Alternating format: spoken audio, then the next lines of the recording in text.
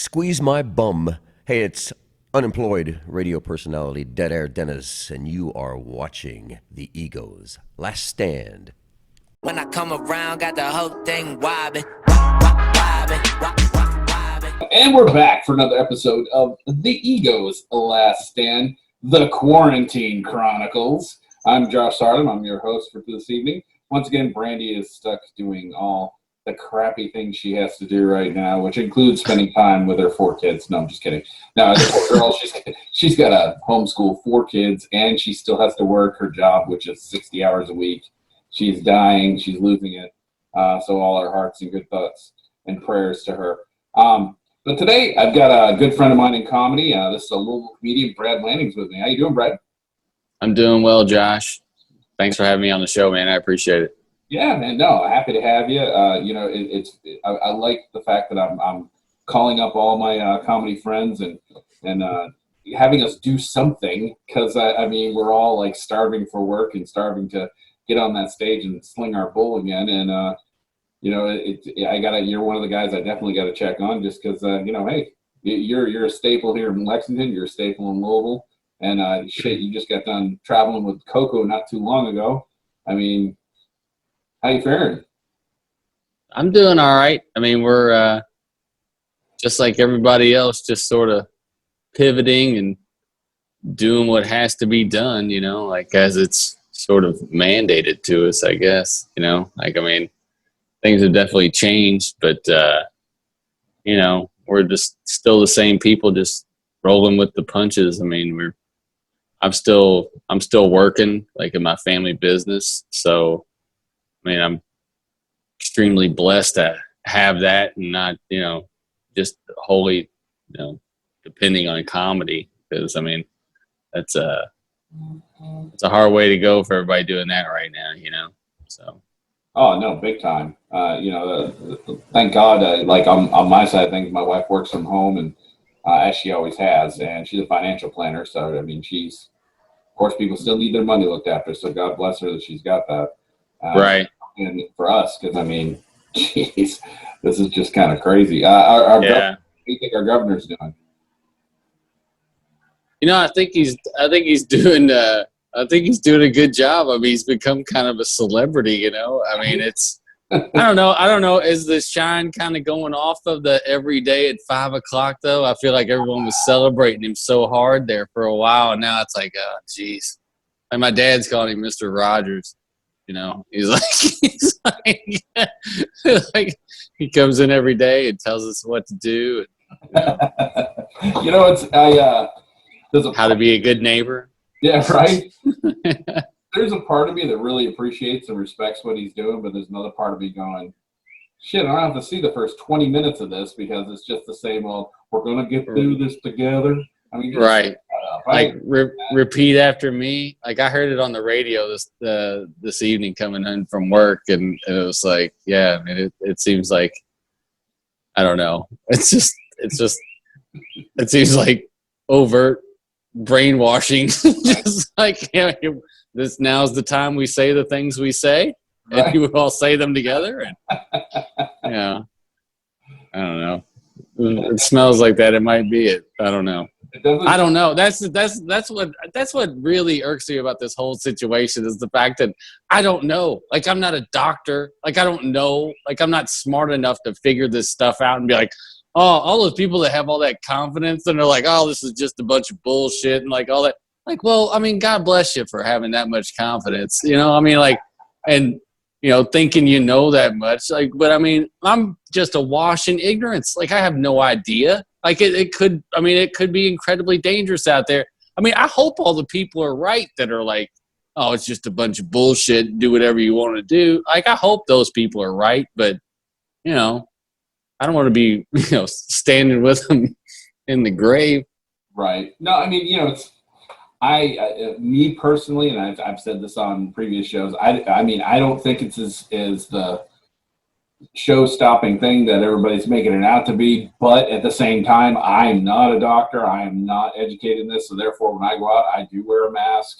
If I'm going to go in a place that has a lot of people, I wear gloves. I mean, I'm not bringing that home to my wife. I'm not bringing her home to my 2-year-old. I mean, I'm going to err on the side of caution. I think that's the smartest thing to do. Yeah. Whatever my personal beliefs are really doesn't even come into play. Yeah. I mean, I'm the only person that goes out like from our house, really. I mean, I'm the only person because I go into work. I go into work in the morning, and then I come home and walk directly to the basement and throw all my clothes in the washer, and then I go and take a shower, and that's the extent of it. No, I mean, it's like that's smart, man. I definitely think everybody should just be erring on the side of the caution. I mean, now of course, I've got conspiracy theories running around in my head because, as you know, when Brandy and I are on the show, we always talk conspiracy theories because it's one of the rabbit holes that are one of our favorites. And the best conspiracy theory I've heard so far about this is that this is actually a culling. This is a culling. It's a culling. This is some upper echelons is using this to get rid of a good portion of the world. Yeah. The planet. That was the best one I've heard so far. And I would love to sit there and go, that's crazy. But at the same time, Venice can now see clearly, in the waters. The Lake Michigan is clear for the first time. The smog is going away in Los Angeles. I mean, right. Like they have the best air. Like after 2 weeks, like that's crazy. It's like, yeah. No, I mean, I don't know. I don't know. The possibilities are endless out there with chemical warfare and things that are biological warfare that they could. I mean, the things have been in development. I mean, it's not far-fetched to say, oh yeah, we've got a disease in a cage that we could let out and do whatever, or we can just let fear out and we can do whatever, because that's a huge disease too. I mean, it's like, you can just gain a lot of control with that. So I keep thinking of Game of Thrones. I keep thinking of Littlefinger just saying chaos is a ladder. It's like there's just some climbing going on that we don't see, that we don't know about. So I don't know. You can dig down that hole. My brother showed me a conspiracy video, like the death of the cabal or whatever. I watched the first 2 parts of it, and then I was like, I can't watch this anymore. Like, it was brutal about like sex trafficking and like how it all blends together. And Donald Trump is some sort of messiah that's coming in to save everyone. I mean, like, and then I quit watching it. He said something about like there was a time machine involved at the end. Like, he watched the whole thing, and I was like, man, I'm glad I didn't stick it out. Right. Just glad I didn't stick it out. You almost just don't want to even know at this point. It's like if there is a big major, because another theory that's thrown out there is like this is some type of virus warfare. Like they're throwing it out there and like certain, like of course they knew it was going to be like pandemic, but it was like meant to go after certain parties. But I don't know if you know who Giorgio Tsoukas is. Do you know who that is? No, I do not. Okay, have you ever seen Ancient Aliens? Yeah. Yeah, well, he's the guy with the crazy hair. Yeah, my hair looks a lot like that right now. But Giorgio, very, very knowledgeable guy about everything that has to do with like ancient civilizations, and like he's one of the big proponents on that. This planet's been visited for thousands of years and blah blah blah. And he has now come out and said this is an alien attack. Right. I mean, to myself, listen, if I was an alien and I wanted this planet, yeah, I would do something like this too, mainly because of the fact that we're killing each other based on our color of our skin. I mean, we're crazy people. We're the dumbest species ever to be on this damn planet. We argue over resources, over our deities, the pigmentation of our skin. I mean, it's crazy what humans do. Yeah. I just can't imagine that being my sort of default setting of like, well, something's going wrong. Probably aliens, yo. I mean, I'm just telling you, like, it's most likely the aliens again. You're like, I can't find the garage door opener. Well, aliens, absolutely. Aliens. Yeah, but this guy also said that he believed that Jesus was an alien. So I mean, he's out there. He's fringe. He was from another place. Yeah. So. He's not the way Yeah. So I mean, it's interesting times. It's definitely a point in history that nobody's really ever seen. I mean, yeah. I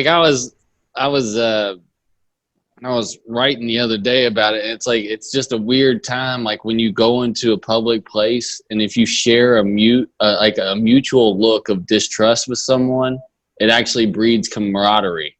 Yeah. Where you're like, hey, thanks for not trusting me, and I'm not trusting you. Like, let's stay away from each other. Like it's like, okay, there's a certain, I don't know, your kindred spirits at that point if you don't trust each other. Yeah. Right. I don't know how we got to here, but the enemy of my enemy is now my friend. Right. Yeah. It's just a weird time. It's very weird, man, and I think we are really going to be defined by how we handle this situation. You know. Yeah. I mean, I hope it's weird to say that you hope we all just end up looking foolish. Like, I just hope we look so dumb that it wasn't that dangerous. You know, it's like, I hope we're all just being so dumb right now. No, but I mean, I agree. At the end of the day, I think that's what we're all wanting it just to go back the way it was. But I mean, so here's a flip side way of thinking about this. What if like, I mean, this is all by design. All right, let's go the theological approach to this. This is all by design. And this was a way to slap us all in the face and tell us to wake up. We need to concentrate on the things that actually matter versus things that don't. Capitalism has been something that has polluted human beings since the dawn of time. The love of gold, you know, and the quest for money, the love of money, it's the root of all evil, as the good book says. But I'm just saying, it's like, imagine this is like a slap in the face to wake us all up, and we actually learn from it and move in a different direction forward. I mean, I would like to see, personally, I'd like to see that, where we actually look out for one another versus try to step over one another, you know? Right.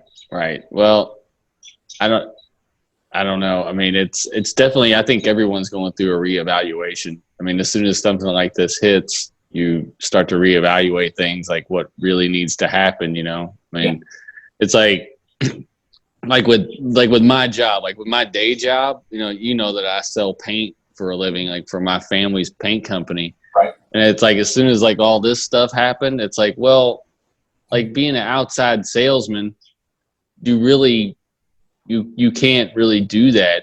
Like, you're not going to be going into new places and, finding new customers or whatever. I mean, you service the ones that you have. Right. But, so it's like, well, what am I going to do? So I ended up like, I'm making paint now. Like now I'm making paint, like down at the paint factory. Like my uncle, who normally makes the paint, got like a little freaked out. And he's like, I'm not coming in anymore. So it's like, so he comes in the evenings. He's got he does like a night shift. And then during the day, my brother and I, we're making the paint. And so it's like I shifted from outside salesman to, now it's like time to make the donuts, you know? Right. It's like, hey, let's do it, you know? It's like you got to reevaluate like what's really important, you know? Absolutely. You know, what's neat is, so this is the 8th episode that I have filmed. And this will be episode 8 of the Quarantine Chronicles. And I'm putting them out once a week. So this puts this episode out like 2 months from now.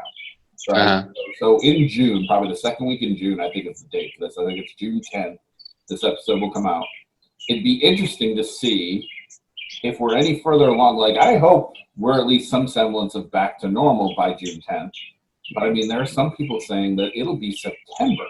So it'd be interesting by June 10th to know, like, is anything we're saying in this episode going to come to fruition? You know, or is this going to be watching going, yeah, we've thought about that for a long time now. We can't, I mean, we've been in quarantine for 4 months. Well, you can sort of, I don't know. I feel like I can sort of feel like the tide turning of people that were, because I mean, I would put myself and my family in the highly cautious, category, especially for like but I don't know. I can feel myself just like on a personal level loosening up more. You know, like and I mean, I hope it's not a terrible thing for society, but it's like like doorknobs aren't nearly as scary to me as they were, a month ago. I'm like, you know what? I don't care. Like I'll wash my hands, but like I'm not What's that? You're becoming what is called stress inoculated.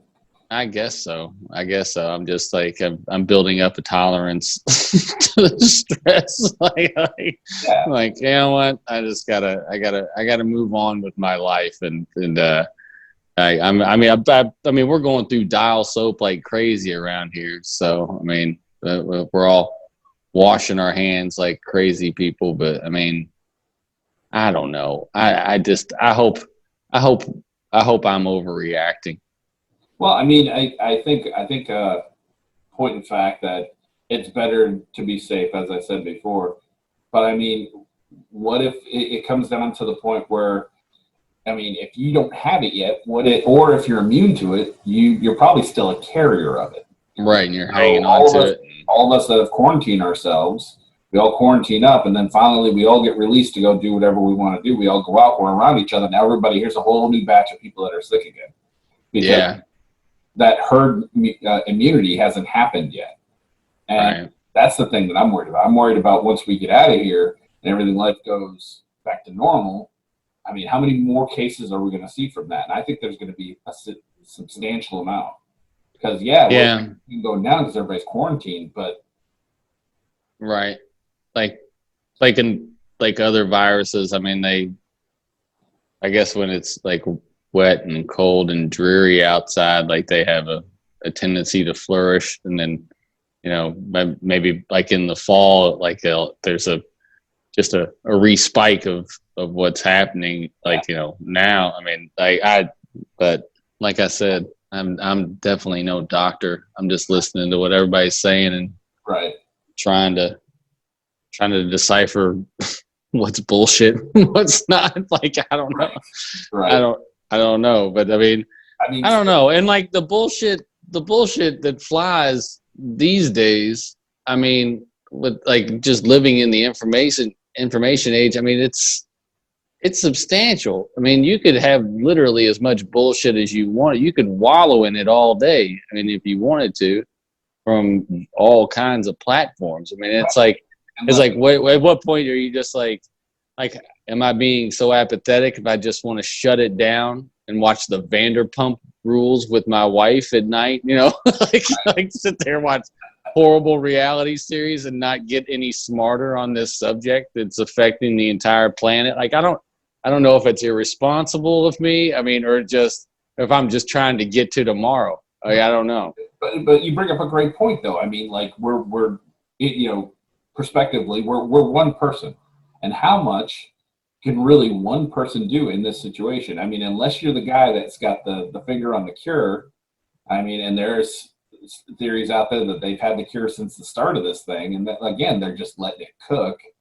I mean, it's crazy when you think about the different things that could be going on versus what's going on. I mean, the doctor, the attorney general, or not the attorney general, the medical guy that always goes on and talks with our governor every day, he said, so even if your test comes out negative, it doesn't mean you don't actually have coronavirus. And I'm going, what?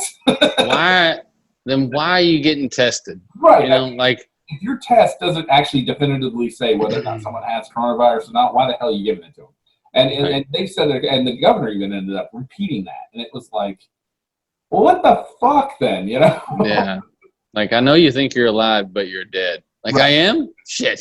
Yeah, and I know I am dead. 2 blue pluses, and that means you're pregnant, but you're actually not, Right. What? Or it says negative, you're not pregnant, but you actually are. 9 months from now, you'll have a kid. Yeah, why put it out? I mean, that was the dumbest thing I ever heard, and it was like, I hope people are paying attention. And have you seen like some of the speeches when they're protesting outside? Like the people like standing there with their kids and like people have masks on. They're here in Frankfurt and they're outside. Oh, okay. And the first day they really did it, like this guy. I heard about it on the radio, but I didn't see it. I got it. Yeah, we watch it every day. Like my wife's addicted to it, like I am to Ozark. I mean, we binge watch the governor watching. It's like he comes on, And like he gets through all his BS, all the shit that no one needs to hear, like all the hey, follow the 10 steps and blah blah blah. And right. learn sign language today, and then this is what happened in Philadelphia. Right, and then he's like, okay, so here's the numbers. That's what we want to hear. We want to hear the numbers. Right. He gets through how many new cases, and then he's getting ready to announce the deaths, and you can't hear him anymore because the chanting outside the window is so loud. Oh, yeah. And no one was observing social distancing at all. Everybody's just all packed up on each other. And right. I'm thinking to myself, okay, so there's a couple problems here. First one is, our right to, petition or go forward and picket, and our freedom of speech are going up there. Our ability to public gather and speak our mind is our right as United States citizens. So that's fine. I support that. But the other thing is we're trying to stop something that's very, very catchy. Contagious, yeah. Very contagious. And you guys are just saying, screw that, I want to go back to work. It's like, right. Dudes, come on. So yeah. what do you do in that situation? What do you do? Do you find these people? I mean, you can't jail them. That's their right to picket and do that is their right. But I mean, right. You got to do something to say, I think they should get fined. Because it's a mandate that the governor put out, so therefore it's an ordinance, right? And you could be ticketed for that. And there's state police right there. Just walk up. You guys have to give them a warning. Hey, you guys have to have social distancing. If you're going to do this, that's fine. You can do this, but you got to be separate. And if they don't do it, then give them a ticket. I mean, right? Like it's a $500 fine for standing here. Ow! Like, yeah, like it's $500. And you're screaming about not wanting to, or you want to go back to work. I'm sure this is going to hurt. Right. So I mean, like, yeah, that would definitely hurt if you just fined everyone that was doing it. But I mean, I don't know. They might be right. They might be. That's the thing. They might be right. That's the problem with being a stupid person. You're just like, I don't know. They might be right. Like they all might be right. No, a lack of information does not make you stupid. They're not telling us everything. Do you agree with that? I think they are not telling us everything. Oh, I mean, when have they ever? Well, I mean, told you everything. But so at I mean, the same time, though, it's like people are like, I literally like on Facebook one time we were watching before we figured out how to get them on the TV. We were watching them on Facebook, and you're watching the comments. And he was talking about people still going to the store and not performing social distancing.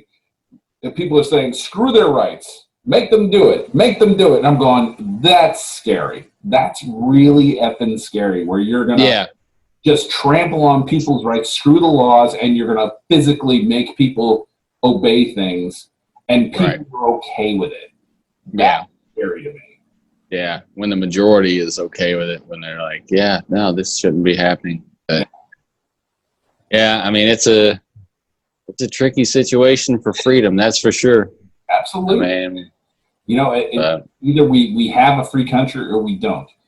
So that's one issue. The other issue is we got to get this damn thing under control. Because I mean, shit. Have you seen New York? Yeah, I mean, there's a lot of people in hospital beds. I mean, it was. I can't remember the exact number, but it was a crazy number, like 12,000 people dead, something like that. It's a crazy. Yeah.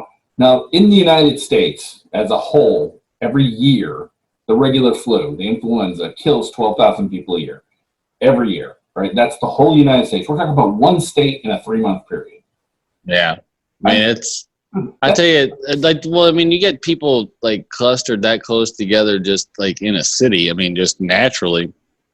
I mean, something that's real contagious is going to be a horrible thing. I mean, I tell you, I really got scared. Like 2 things really scared me was like seeing everybody in the airports, like when everyone first got home, like first got called home, I guess, from like overseas and everything. Right. Like all those people that close together and, just spending that much time in the airport. And like that scared me. And that night we had taco night at my house, and we had this jalapeno powder that like it's something that it like we opened it up like on the other side of the kitchen, and I could feel it like hit my nostrils from the other side of and it like took my breath and made me like sneeze, you know, like, I mean, I could, so if like jalapeno dust can travel like that, then, you know, what's the breath that, you know, coming out of your body? I mean, like it's like, and I started thinking about all those people in the airport and I was like, oh my God, like this is potentially terrible, just awful. Like if it all travels like jalapeno dust, then we're going to be in for a long summer. Yeah, you know, and it's like I saw the panic firsthand.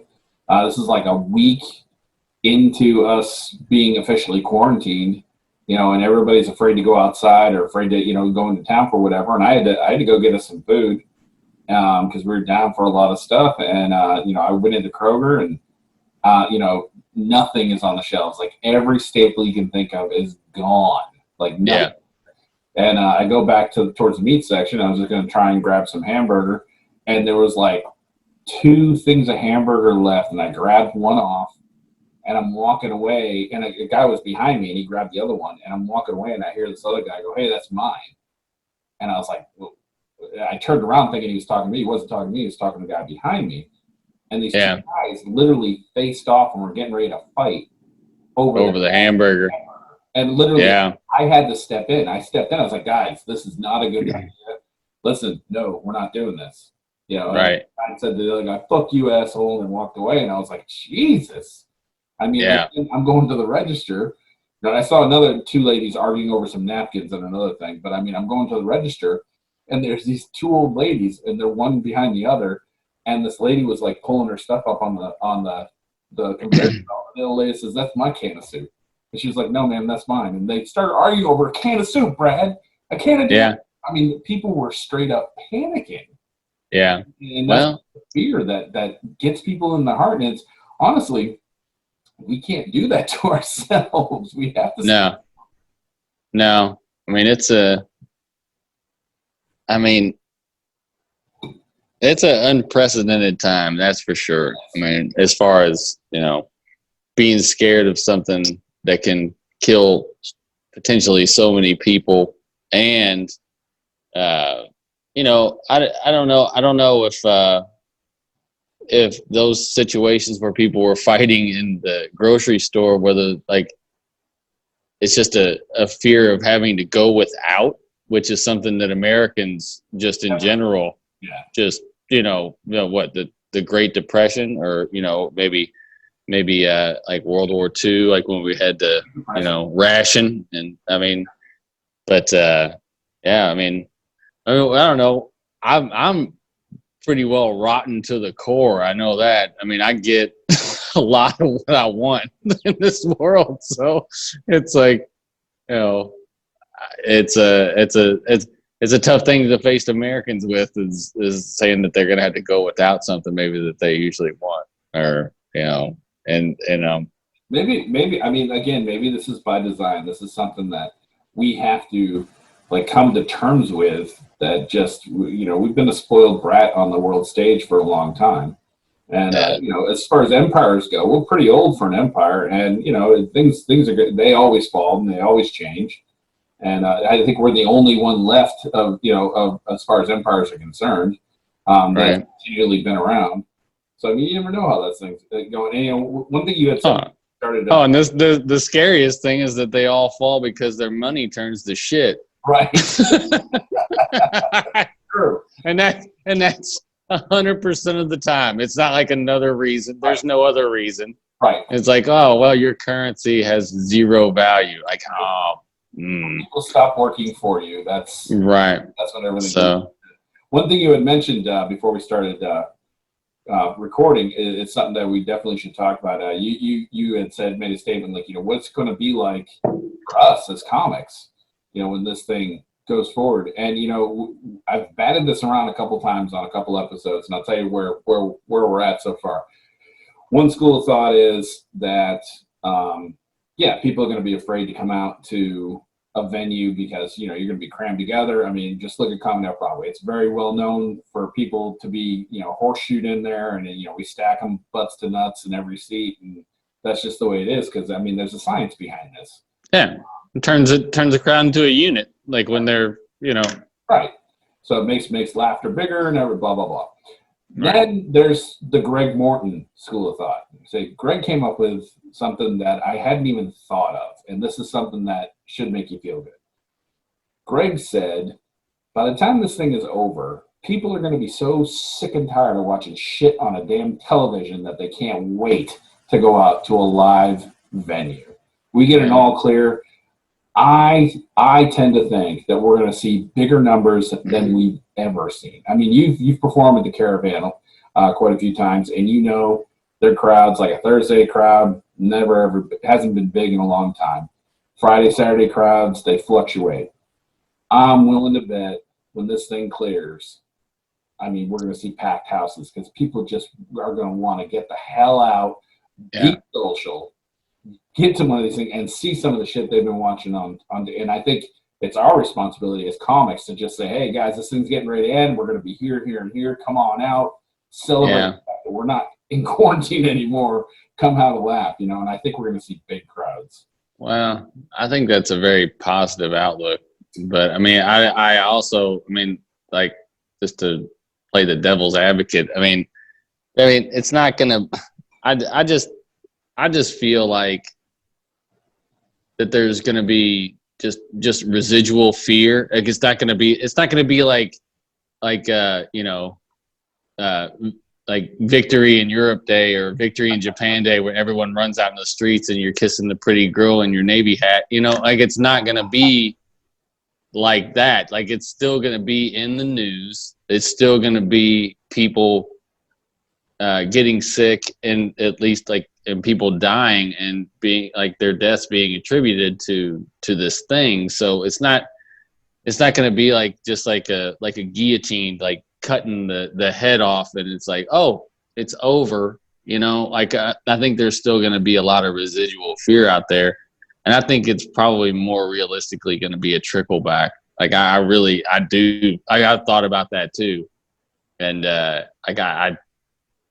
don't know. I just feel like there's going to be just a lot of residual fear out there. And I don't know, being inside, I think people will go to outside events beginning, more. I mean, you can see that just outside, like in the park, like there's people, out exercising, people, enjoying the fresh air. But I mean, I don't know. I just feel like if they were like, oh yeah, movie theaters are open again. Like I don't like people are gonna be like, you know what, my TV looks pretty damn good from here, know. And the whole thing is, I mean, none of us know, and you could be right. And when this episode comes out, June 10th, to see if Brad's right or if Greg's right. But there are comics that feel. I hope Greg is right. Oh no, I'm see, I hope he's right.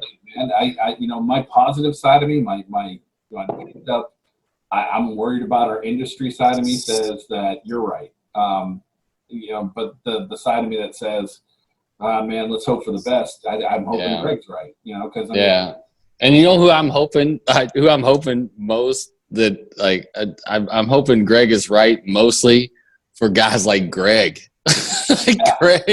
Greg has been like blowing up like after like years of just crushing. Like I've seen him crush so many times in clubs and worked with him so many times. And guys like Ryan Niemiller. Just they've got that stage on America's Got Talent, and they've done so well. It's like, man, it's like God to get it like just sort of like, oh, all this stops right now like that. Jesus Christ. Like I would be just like, I would be banging my head against the wall. Those guys deserve everything that they've gotten. And it's like to have it cut off. I just feel like it's like the cruelest shit I've ever seen. Oh no, I agree with you 100%. What's amazing about Greg is he is always positive. That. Always. Yeah.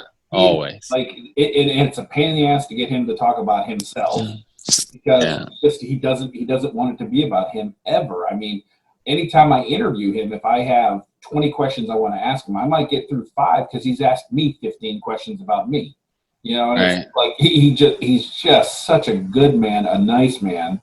and he's always positive. And Yeah. and he worked 30 years to get where he's at. And then for this shit to happen, it sucks big time. Yeah. I'm like, all the difficulties Ryan's had in his life, all the things he's had to get on top of and just move forward. And then it happens right at the height of you know what though? They rose so high. Like they're gonna be. I think they're gonna be fine. Like I mean, they're gonna be great. Like it's gonna be fine for them, you know. But I mean, I do worry about like the places. I mean, like all the mom and pop places, like all the clubs and stuff like that. That were, I mean, not exactly having great success. I mean, I hope the flip side of what I said is true, and I hope that everyone is so sick of being at their house and being so sick of being in front of their TV that those places experience a serious boom. I hope like that all happens. Like all those spots that we've been for years. I hope they just are like don't know what to do with all the people that are trying to come in. Yeah, I mean, like I've got a couple of those mom and pop owners that are going to come on and do one of these shows with me. One of them was on last night, Don Smith, the owner of Wiley's. Yeah, I know Don. Yeah, great guy, and I mean, he's glad he has a day job and he's considered essential in that. But I mean, right. In the meantime, his club is just wallowing. But he'll be fine. He's one of those guys that he'll be fine. His club's going to move on. But I mean, about like a little club in Newport News, Virginia, Kazi's, they're not going to be open right now at a minimum till the mid-June. I mean, mid-June, that place is going to stay closed. And, Lorraine, that's, how many months income Lorraine's going to lose. Meanwhile, all the employees who, majority of them, that was their primary income. I mean, it just it sucks with this thing. It sucks. Like, it just sucks. And I don't know. There's just so much fear, though. I mean, there's just so much fear, and like, it's like I think that stuff. I just feel like in my heart, it just doesn't go away that easy once those seeds are planted, and like it just feels like so awkward being around people, even people like you've known like your entire life, and like you got to stay like away from them. Like it's just the hardest shit for human beings to do. To stay away from each other. Like that's the hardest thing. Like if you've flown in an airplane, you realize like what are all these little clusters? Like, well, that's where people all get together and they live like right next to each other. I mean, it's the hardest thing for us to like, wrap our instincts around. I went into the spirit shop tonight at Kroger, did a grab for me and the wife. Yeah. I walk in, I go around a corner, I'm looking for a specific thing. This old lady comes in behind me and she stops way the hell away from me. And, if that happened outside of the circumstance, I'd be like, what the hell is her problem, Right. Now it's just like I'm realizing she's just social distancing from me. She's right. But it's so weird. Like when you actually, like I do it, and I've been doing it because of everything we talked about. But when you see it happen to you, it's a different look. It's like, what the hell? It's just standard practice to look like a complete lunatic. Right. It's just standard. Well, let's switch gears real quick. So have you wrote any new stuff for the stage since you've been having it happen, or you haven't been thinking about it?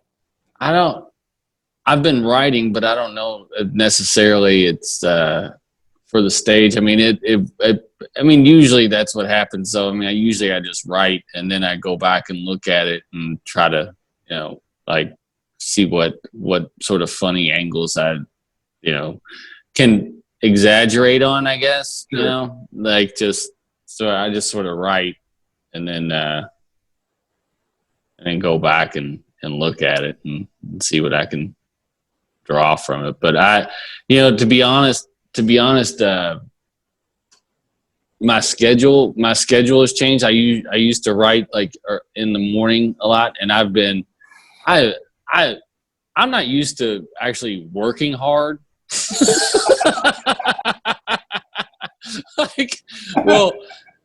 I'm like the salesman for my family, right? I'm talk to people on the phone and go see them and like try to create relationships for, people that need to buy paint.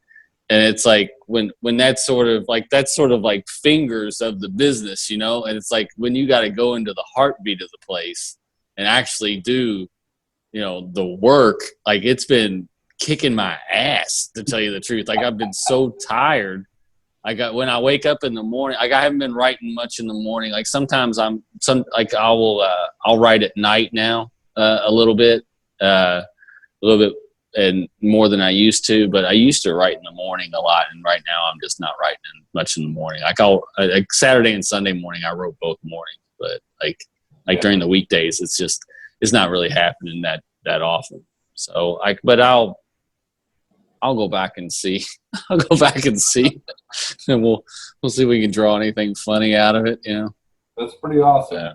Well, it's been fun, dude. I really appreciate you taking the time out to do this with me. Oh, thanks for reaching out. I always enjoy talking to you, whether it's at the club, just hanging out, or on the show. I'm sorry Brandy wasn't able to make it. That's like my wife. She works from home too, and she works from home all the time. And now it's like the 3 kids are planted in her lap. And so she's been in charge. She's the headmaster of the school, and she's doing her work, which when you work from home to begin with, it's like it's not like, oh, this is a special thing. It's like, oh, no, you still have all your job duties. She works for like a big healthcare company, and, like all the responsibilities are still there. But then, there's schoolwork going on in the other room, it's funny to see like how we've sort of evolved with the schoolwork aspect. Like first we were like trying to stay like scheduled, and it's like, hey, we do this when we can do it. Like now it's like just totally flipped. It's like we're rolling with these punches. So no doubt. I thanks for having me on the show. I can't wait to get back into the club there in Lexington and see you guys again. And God, I can't wait to get on stage again. Like it's driving me crazy. But you know what though? Like at least I'm making paint, so at least I'm creating something. It's like I gotta like otherwise, like if I'm not creating something, like I am just a miserable asshole. Like I'm like if I'm not working on something that is gonna become something, then like I don't know what I'm just wired like that. Like either I'm cooking or I got to be doing something like that. But no, thanks for having me on the show. I appreciate it. Dude, absolutely. If people want to look up some stuff about you, where can they go? BradLanning.com. That's usually where I keep all my dates coming up. That's Brad Lanning Comedy. See some bio and your pictures, and what's your social media stuff? Is it at Brad Lanning Comedy? I'm on Twitter and Brad Lanning. I think just look me up on Facebook and Instagram. There's not all one name with it. It's all like I'm a mess. I don't know. It's awesome, dude. Well, I really appreciate it, man. All right, man. We'll get out of here. For Brad Lanning, I'm Josh Sardam. We'll see you guys next time.